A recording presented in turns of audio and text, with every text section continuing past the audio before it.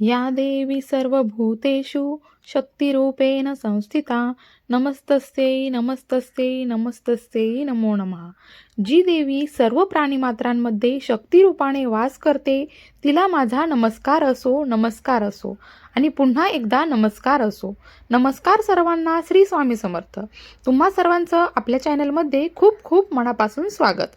लवकरच शारदीय नवरात्र उत्सवाला सुरुवात होणार आहे. आपण आपल्या कुलदेवीची जास्तीत जास्त सेवा करण्यासाठी, कुलदेवीची उपासना करण्यासाठी अतिशय महत्त्वाचा कालावधी अश्विन शुक्ल प्रतिपदा ते अश्विन शुक्ल नवमीपर्यंत आपल्याला आई भगवतीची सेवा करायची असते.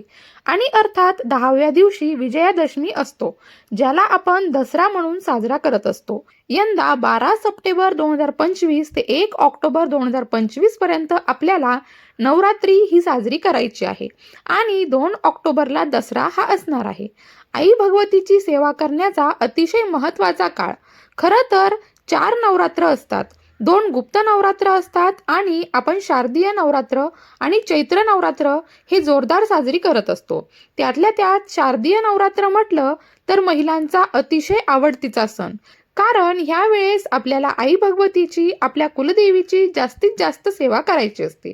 भले तुम्ही घटस्थापना करत असाल किंवा नसाल, पण आपल्या घरात जेव्हा शारदीय नवरात्र येते तेव्हा ना काही नियम आहेत ज्यांचं पालन करणं खूपच महत्त्वाचं आहे. ते नियम कुठले तेच आपण आजच्या व्हिडिओमध्ये बघणार आहोत. कारण कुलदेवीची सेवा करणं तर त्याच्यासाठी काही नियम आहेत आणि हे नियम अर्थात आपण वर्षभर आपल्या घरात पालन करणं शक्य होत नाही. कारण कितीही म्हटलं तरी आपण मनुष्यजन्म आहोत. कधी ना कधी नियमांचे उल्लंघन करणं किंवा अपशब्द बोलणं या गोष्टी घडतातच. पण या शारदीय नवरात्रीच्या कालावधीमध्ये अर्थात आपल्याला जास्तीत जास्त सेवा करायची आहे. सेवेचा एक प्राण म्हटला जातो तो म्हणजे घटस्थापना. तर अर्थात तुम्हाला घटस्थापना करायची आहे. आता घटस्थापना कशी करावी त्या संदर्भातील माहिती आपण नंतर बघूया. पण तुमच्या घरात भले घटस्थापना तुम्ही करणार असाल किंवा नसाल, काय होतं ना, आता आमच्याकडे सासूबाईंकडे घटस्थापना केली जाते, मग आम्ही करू शकतो का? तर त्याच्या आधी बघा, तुमच्या घरात घटस्थापना केली जाणार असेल तर अर्थात कुलदेवीचा टाक असणं खूपच महत्त्वाचं आहे. आणि बऱ्याच लोकांना अजूनही त्यांची कुलदेवी माहीत नाही. खरं तर तुम्ही तुमची कुलदेवी जर तुम्हाला माहीत असेल, पण तीच तुमची कुलदेवी आहे का? तुमच्याकडनं तुमच्या कुलदेवीची व्यवस्थित सेवा घडते का? बऱ्याच घरात कुलदेवीचा फोटो नाही आहे, टाक नाही आहे. तर तुम्ही वेगळे निघाले असाल तर आवर्जून तुम्ही टाक करून घ्या. टाक म्हणजे काय, तर जे काही चांदीचा देव बनवलेला असतो तर त्यावर आपल्या कुलदेवीचा फोटो असतो. आणि अर्थात प्रत्येक घरामध्ये टाक असणं महत्त्वाचं आहे. तर काही जण असं म्हणतात की आमच्या सासूबाईंकडे टाक आहे, आमच्याकडे टाक नाही आहे आणि आम्ही करू पण शकत नाही कारण आम्ही एकुलते एक आहोत. तर मग अशा वेळेस तुम्ही टाक नाही करू शकत कारण तुम्ही एकुलते एक आहात. पण तुम्हाला जर दीर असेल अर्थात तुम्ही जर सेपरेट टाक करून घ्यावे. भलेही तुम्ही काही कामानिमित्त दुसऱ्या गावाला आहे आणि तुमचं मूळ घर जे गावाकडं आहे, तर मग तुम्हाला टाक करायची गरज नाही कारण तुम्ही कामानिमित्त आहात. पण मग तुमच्या घरात कुलदेवीचा फोटो असणं खरंच महत्त्वाचं आहे. कारण तुमच्या घरात जर कुलदेवीचा फोटोच नाही आहे तर मग त्या घरात अडचणी प्रचंड वाढतात. त्या ठिकाणी कितीही देवाचं पालन केलं तरी आपले कामं मार्गी लागत नाही. कारण घरातच कुळदेवी नाही आहे जी कुळाचा उद्धार करते, ती कुळाचं रक्षण करते. तर अशा आपल्या कुलदेवीला घरात स्थान असणं, तिचा मानपान असणं हे तेवढंच महत्त्वाचं आहे. नवरात्रीमध्ये कन्यापूजन, होम हवन, त्याचबरोबर देवीची ओटी भरणं या सगळ्या गोष्टी महत्त्वाच्या असतात आणि या सगळ्या गोष्टी आपल्याला करायच्या असतात. त्याच्यामध्ये श्रीमंत गरीब हा कुठलाही भेदभाव न करता, ताई मी विधवा आहे, मी सेवा करू शकते का, असे प्रश्न विचारायचे नाही. आपण आपल्या आईचे लेकरं आहोत.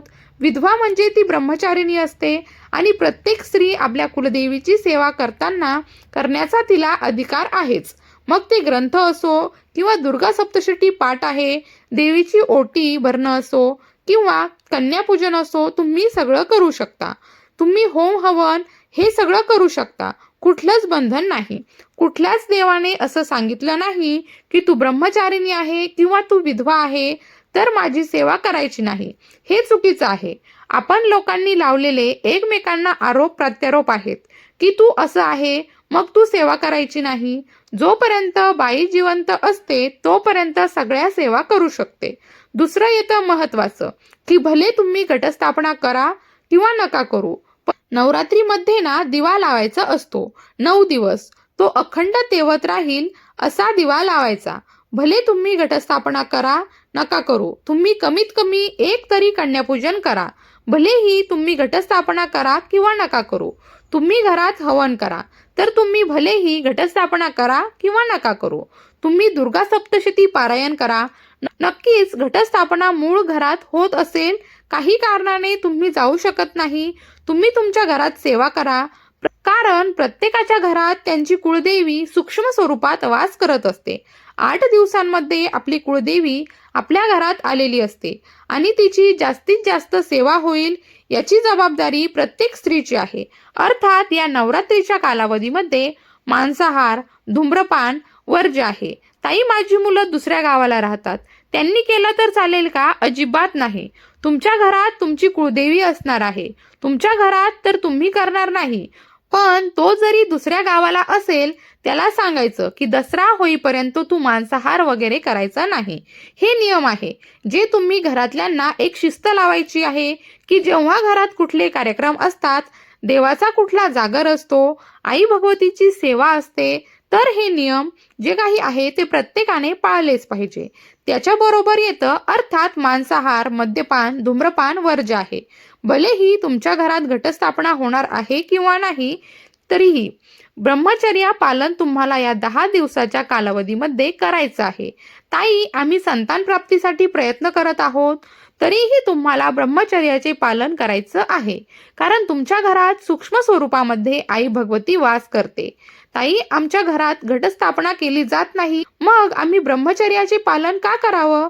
तरी सुद्धा तुम्हाला ब्रह्मचर्याचं पालन हे करायचं आहे. कारण भलेही घटस्थापना होत नाही, पण प्रत्येक स्त्री ही काही ना काही सेवा करत असते. मग ते सिद्धकुंजिका आहे किंवा दुर्गासप्तशती पाठ आहे, कुमकुम अर्चन आहे, अशा असंख्य सेवा आहेत ज्या आपल्याला करायच्या आहेत. मग त्याच्यासाठी ब्रह्मचर्याचे पालन करणं महत्त्वाचं आहे. त्याच्याबरोबर जसं मी तुम्हाला सांगितलं की तुम्हाला जर पहिल्यांदा तुम्ही घटस्थापना करणार असाल तर देवीचा टाक नाही तेवढा महत्त्वाचा आहे. तुमच्या घरात देवीचा टाक आहे का? बऱ्याच घरांमध्ये टाक नाही. मग त्यांनी काय करता? सुपारीवर देवी बसवता. पण खरं तर तुमच्या घरात सासूबाईंचे वेगळे टाक असेल आणि तुम्हाला जर दीर असेल, जसं मी तुम्हाला मगाशीच सांगितलं, तर नक्कीच तुम्हाला तुमचा स्वतःचा टाक करायचा असेल तर तुम्ही आवर्जून टाक करून घ्यावा. आणि नाही शक्य होत तर तुम्ही सुपारीवर देव बसवले तरी चालतं, पण टाक असणं खूप महत्त्वाचं आहे. आता काय होतं ना, घटस्थापना केली की घरात अशी प्रथा आहे, सगळे जे देव आहेत मग त्यांच्यामध्ये खंडेराव महाराज, कुळदेवी, भैरोबाचा टाक, सगळ्या टाकांना घटी बसवले जातात. मला सांगा, शारदीय नवरात्र उत्सव ही कुळदेवीच्या सेवा करण्यासाठी आहे. आपण चंपाषष्टीच्या कालावधीमध्ये खंडोबाचा टाक घटी बसवत असतो. काही घरात घटी बसवता, काही घरात फक्त चंपाषष्ठी साजरी करता. मग शारदीय नवरात्रीमध्ये आपण चंपाषष्ठी सारखी खंडोबाचा टाक का घटी बसवावा? किंबहुना त्याच्याबरोबर भैरोबाचा टाक का घटी बसवावा? घटी बसणं ही फक्त कुळदेवी घटी बसलेली आहे. खंडेराव महाराज भैरोबाचा टाक हे घटी बसत नाही. काही लोक तर 9-9, 10-10 दिवस देवपूजा पण करत नाही. मला सांगा, कुळदेवी घटी बसलेली आहे, गणपती बाप्पा घटी बसले नाही, महादेव घटी बसले नाही, अन्नपूर्णा माता नाही बसली, मग त्याच्याबरोबर महाराज घटी नाही बसले. त्यांची सेवा, त्यांची देवपूजा करणं, त्यांची सेवा करणं हे अनिवार्य आहे. 10-10 दिवस जर तुम्ही तुमच्या घरातल्या देवांना अंघोळ घालत नाही, स्नान करत नाही, त्यांची पूजा अर्चा करत नाही, इकडे तुम्ही कुळदेवीची भरभरून सेवा करता, काय तुम्हाला दोष लागणार आहे? कारण इकडे सेवा चालू आहे, पण इकडे बाकीच्या देवांना तुम्ही अंघोळही घालत नाही, त्यांची पूजा अर्चा करत नाही. मग इकडे सेवा केल्याचं तुम्हाला फळ मिळत नाही, उलट तुम्हाला दोष लागतात. म्हणून फक्त कुळदेवीच्याच टाकाला घटी बसवायचं असतं. ताई, आमच्याकडे रूढी परंपरा आहे, त्याच्यामुळे आम्हाला त्यांचं पालन करावंच लागतं. कधी कधी असं होतं की सासूबाई म्हणतात की नाही, आमच्याकडे जी पद्धत आहे तीच आम्ही करणार, भलेही ती चुकीची असो किंवा बरोबर. आपल्याला ते माहीत असतं, पण तरीही आपण काही बोलू शकत नाही. मग अशा वेळेस देवाशी तुम्ही माफी मागून घ्यावी. पण बाकीच्या देवांची पूजा करणं, त्यांना स्नान घालणं हे तुमचं प्रथम कर्तव्य आहे आणि ते तुम्ही केलंच पाहिजे. नवरात्रीच्या 9 दिवसाच्या कालावधीमध्ये सगळ्या देवांना अंघोळ घालायची असते, अर्थात तुम्ही टाक हलवू शकत नाही.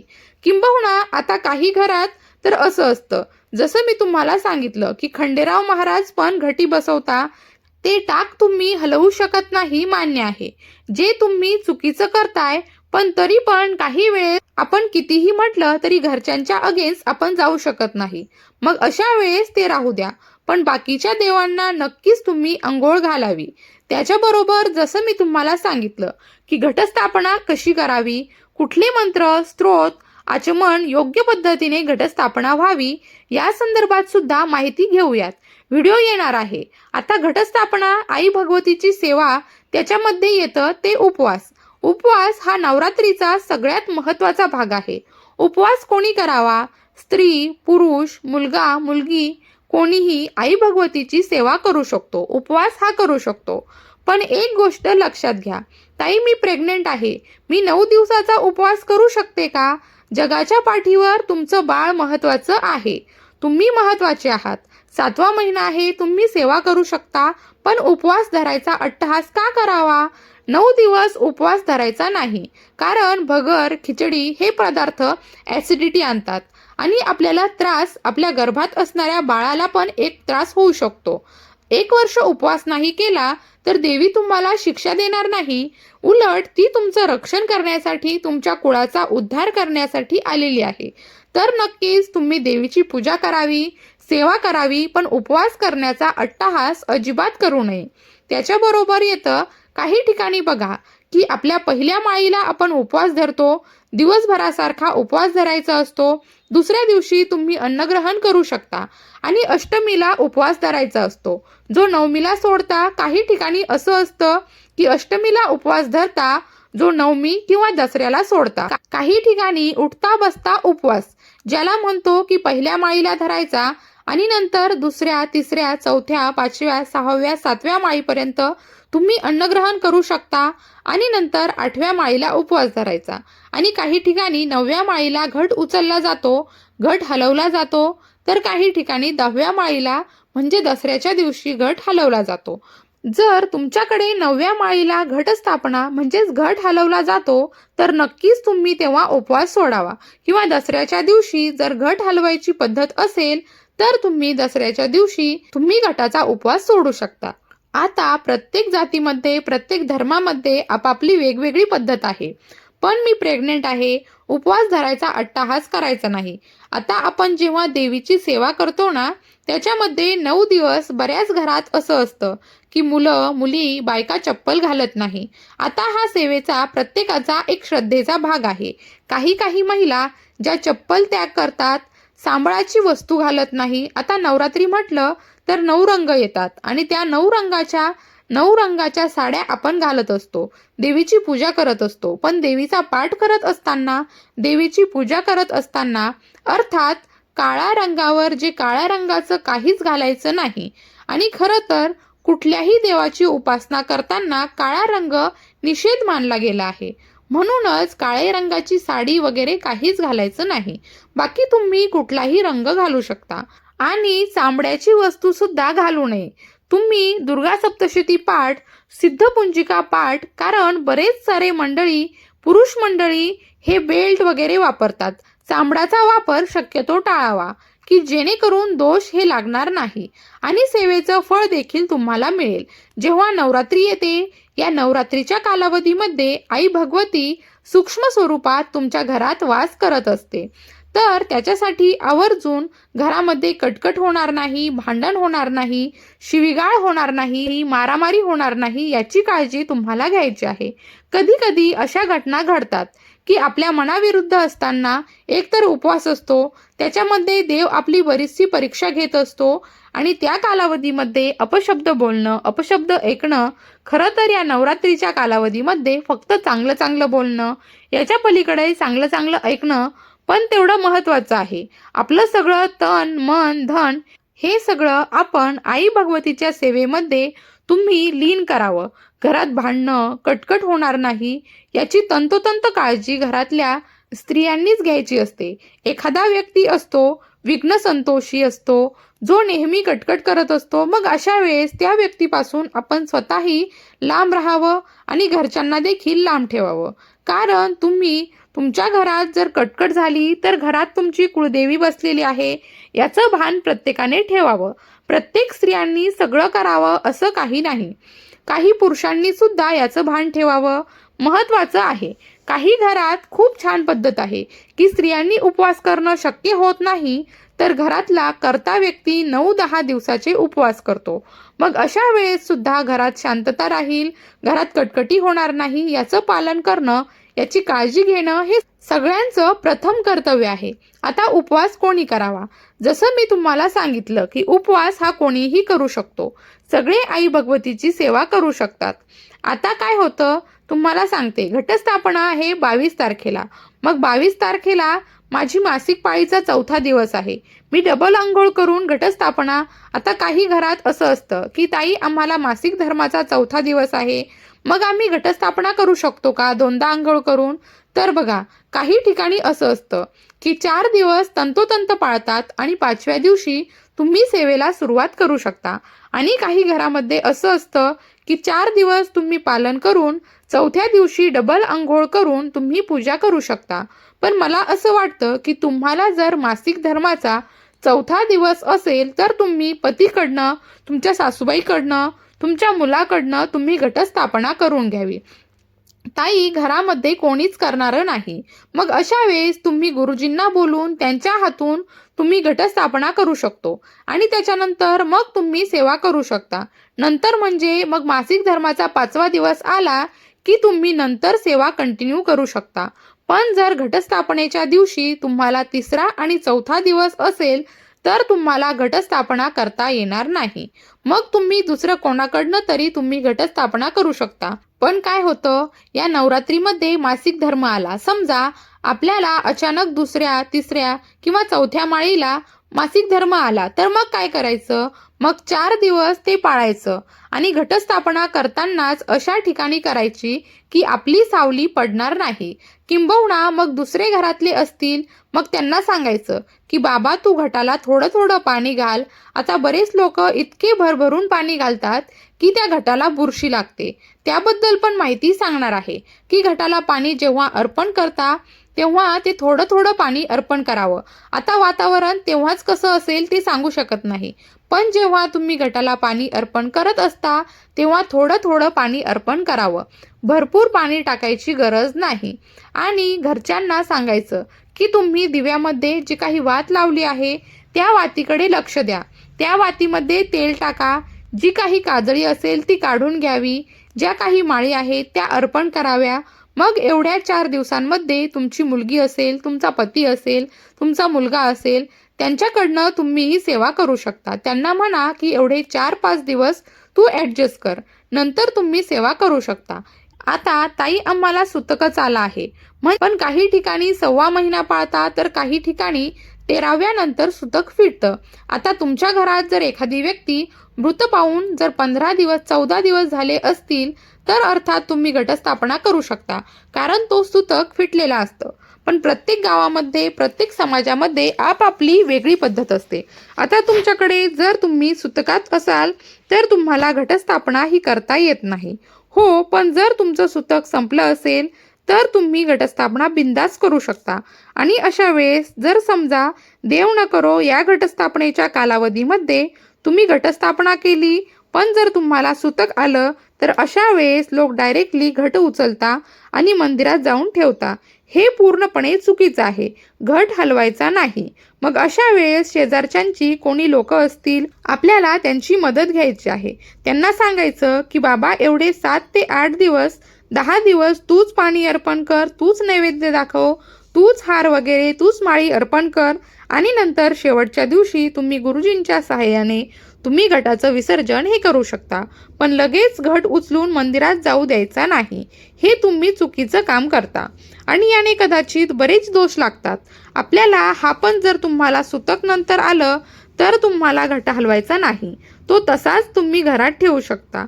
पण जर तुम्ही सुतकाचंच आहात तर तुम्हाला घटस्थापना करता येणार नाही. याचा एक नियम आहे ज्याचं तुम्हाला पालन करायचं आहे. ताई, आमच्याकडे मुलगी डिलिव्हरीला आलेली आहे. नुकतीच मुलीची डिलिव्हरी झाली किंबहुना ती आहे आता त्याच वेळेत तिची तारीख आहे. मग अशा वेळेस काय करायचं? मग अशा वेळेस बघा, मुलीचा विटाळ आपल्याला लागत नाही. उलट मुलीला आईकडचा विटाळ म्हणजे आईकडचं सुतक लागतं. जर आपल्या माहेरचं कोणी वारलं तर आपल्याला 3 दिवसाचं सुतक असतं. मुलीला पण तुमच्या घरात जर मुलगी डिलिव्हरी झालेली असेल तर तुम्हाला तिचं काहीच नाही. तिचा विटाळ तुम्हाला नाही आणि हा गोड विटाळ असतो. तुम्हाला तिचा विटाळ अजिबात नाही आहे. तिची खोली वेगळी असते, तुमच्या घटस्थापनेची खोली वेगळी असणार आहे आणि काहीच होत नाही. देव फक्त भक्तीचा भुकेला आहे. फक्त दुसऱ्या खोलीमध्ये मुलगी येता कामा नये, तेवढी काळजी आपण घ्यावी. म्हणून जर माझी मुलगी डिलिव्हरी झाली आहे आणि अगदी 4-5 दिवस झाले आहे, काही नाही, तुम्ही घटस्थापना करा आणि जो काही विटाळ लागणार आहे तो मुलीकडच्यांना लागणार आहे. तुम्हाला याचा काहीही विटाळ वगैरे लागणार नाही. आता काय होतं ना, नवरात्रीच्या कालावधीमध्ये बरेच लोक मूळपीठावर जातात. बघा, खरं तर आपल्याच घरात आपली कुळदेवी आलेली असते. मूळपीठावर जाण्याचा अट्टहास हा अजिबात करू नका. कारण तुमची कुळदेवी तुमच्याच घरात आलेली आहे.